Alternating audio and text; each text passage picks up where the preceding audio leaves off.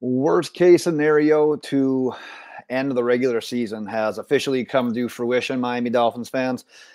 Ben Morgan of the Fins Up Network as our Dolphins fall 21-14 at home against the Buffalo Bills in the regular season finale. An outcome, a feeling that us as fans have unfortunately just kind of gotten used to. And once again, here we are. And quite honestly, just a weird classical divisional game where just weird shit happens. 3 of the first 4 possessions of the game result in an interception. You got Trent Sherfield, of all people, going out there catching tipped passes for touchdowns. We got Vic Fangio out here, a defensive coordinator that's had its moments this year.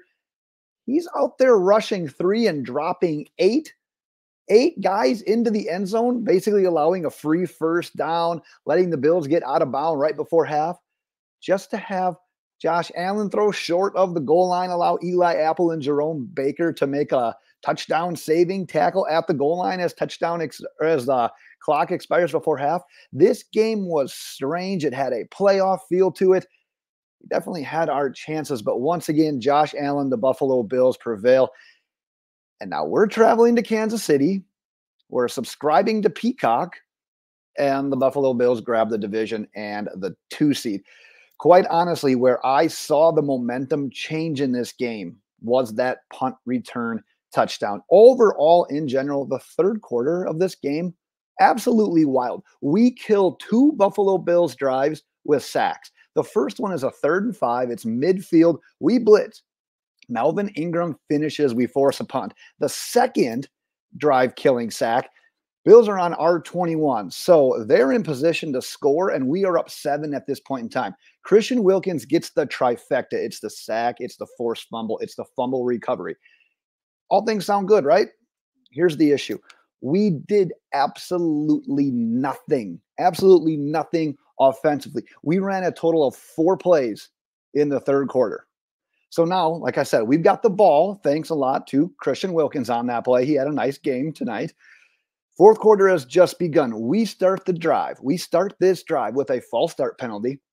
We get 14 of the 15 needed yards on first down. However, ball's a little bit low to Tyreek Hill. Catch gets reviewed, gets overturned. It's now an incomplete pass.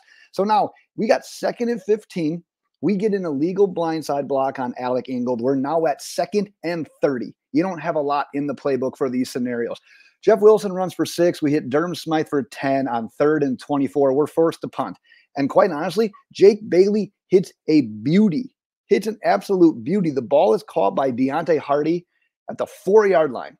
But you know what happens. Justin Bethel misses the initial tackle. We have Alec Ingold and Cameron Good essentially colliding, creating what is just an absolutely mammoth hole with essentially no one left between Hardy and the end zone outside of Jake Bailey, who's getting blocked. And what makes matters even worse in that matter, we got Cameron Good, who essentially messes up his knee at the process. Hardy scores. We are now tied at 14. There's a lot of moments in this game that we can go back and second guess and sort of assign blame to. But in my opinion, that punt return touchdown was the absolute momentum getter. It was the killer in this word, and that's where the game swung. Because if we look at our second half offense, we're still looking. We are still looking for our second half offense. Our possessions were punt, punt, punt, punt. 4 punts and an interception. We ran 17 plays for 47 yards in the second half. First time all season, if you caught this during the broadcast, first time all season we punted on 4 straight possessions. What makes matters worse with this lack of second half production? Bills were banged up in the secondary. Tre'Davious White's been out for weeks. They traded at the deadline for Rasul Douglas. He's out of the game as well. Guess what? We still couldn't do a damn thing. And when we did have openings and we did have the right play dialed up, no execution. Absolutely no execution. Tyreek had what, 2 or 3 drops in this game again after last week against the Ravens? He had an all-world season, yes, but man, when the lights are on, we just come up short. And these are drops that would have extended drives, potentially even turned into points. That drop that he had on the final drive, yeah, he got the pass interference call. He catches that. I think he's got Poyer to beat. Poyer doesn't have an angle on Tyreek Hill. It doesn't exist. He potentially scores if he catches that. Where was I on this second half offense? Our first second half possession. It's 3rd and 3. Braxton Berrios doesn't run the route quite long enough. We end up inches short, results in one of our punts. Now let's look at our last possession of the second half. Well, Tyreek Hill gets banged up on an incomplete pass for what, the 700th time this year? So he's already off the field, already playing without Jalen Waddle. He was a scratch in this one as well. So we're now throwing a deep out to the likes of a guy like Chase Claypool with the game on the line. Chase Claypool has, what, 4 catches this year? And now we're throwing to him and his inexperience and doesn't have the timing with Tua. Obviously, ball gets picked off, game is over. Like I said, we had plenty of opportunities tonight in this game, and quite honestly, between the play calling and then the lack of execution when we did have the right plays called, we didn't get it done, and we didn't get it done the most important time because the division was on the line and the number 2 seed was on the line as well. Talk about some mental errors in this game as well. I don't mean to be all doom and gloom, but quite honestly, losing 2 of these last 3, 2 in a row here as we enter the playoffs, it's kind of hard not to. Mental errors, outside of what we've already discussed, Tua's opening drive interception, severely underthrown for really no good reason. It looked like we had Achane and Tyreek Hill both running streaks, too many defenders in the same area, still didn't throw it far enough. I don't know what happened there. And even some of the good things that we did came with consequences. Eli Apple gets an interception on a nice blitz that Miami brings, decides to return it out of the end zone, gets tripped up by the turf monster. We're tackled at what, the 3 instead of getting the ball at the 20? Deshaun Elliott kind of does the same thing. He picks the ball off in the end zone instead of just knocking it down because that was on a 4th down play as well. I don't blame him as much for that one. Sometimes you just got to get the turnover in that situation with him not maybe knowing where all the receivers are on the play. I don't mind that one as much, but just staying in the secondary and with Eli Apple, I mean, liability, just such a liability right now without Xavier Howard out there. We did get to see Jalen Ramsey shadow Stephon Diggs at certain points in time throughout this game, but it wasn't a full-time shadow. But man, when Eli Apple was on him, it was a lot of bad. He got roasted a few times. There was a long ball down the sideline as well that sent up that Trent Sherfield tip catch touchdown as well. If that's Xavier Howard, is it getting completed?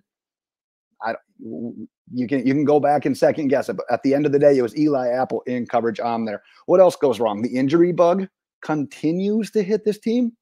Andrew Van Ginkel leaves with a foot injury. I haven't had time to look into that much. I'm recording this right after the game, so we'll see how that one plays out. We already talked about Cameron Good and his injury as well. So what we're down to at edge rushers in that game. You're already out Phillips. You're already out Chubb. You just lost Van Ginkel. You now lost Cameron Good. You had Melvin Ingram and Emmanuel Ogbah as the only edge rushers left on the roster for that game on Sunday night. You had Jerome Baker. He returned for this game as well. He was in and out some. Javon Holland, he appeared to be in and out some as well. Deshaun Elliott hurts his calf in pre-game warmups. We are quite literally, at this point in time, through 18 weeks, we are running out of bodies, and we are now somehow finding new ways to get injured. I don't know if you can see my shirt. I'm appropriately wearing my "This Team Makes Me Drink" shirt because holy cow, we're just finding new ways to get hurt now. On the Dawson Knox touchdown, which ended up giving the Bills the 21-14 lead where it stayed. A play or two before that touchdown, we have 3 defensive backs just absolutely fire at Stephon Diggs, who was essentially running a fake screen. It was a great play call, but you can't have all your defensive backs firing at the guy that's running the fake screen. Boom. Khalil Shakir's got a mismatch. He's wide open running down the sideline. Gets what? Down to the 3. Dawson Knox scores shortly afterwards. Letting Josh Allen scramble. Once again, we simply cannot contain this guy. He scrambles for 15 yards for a first down on 3rd and 13 with 3 minutes left.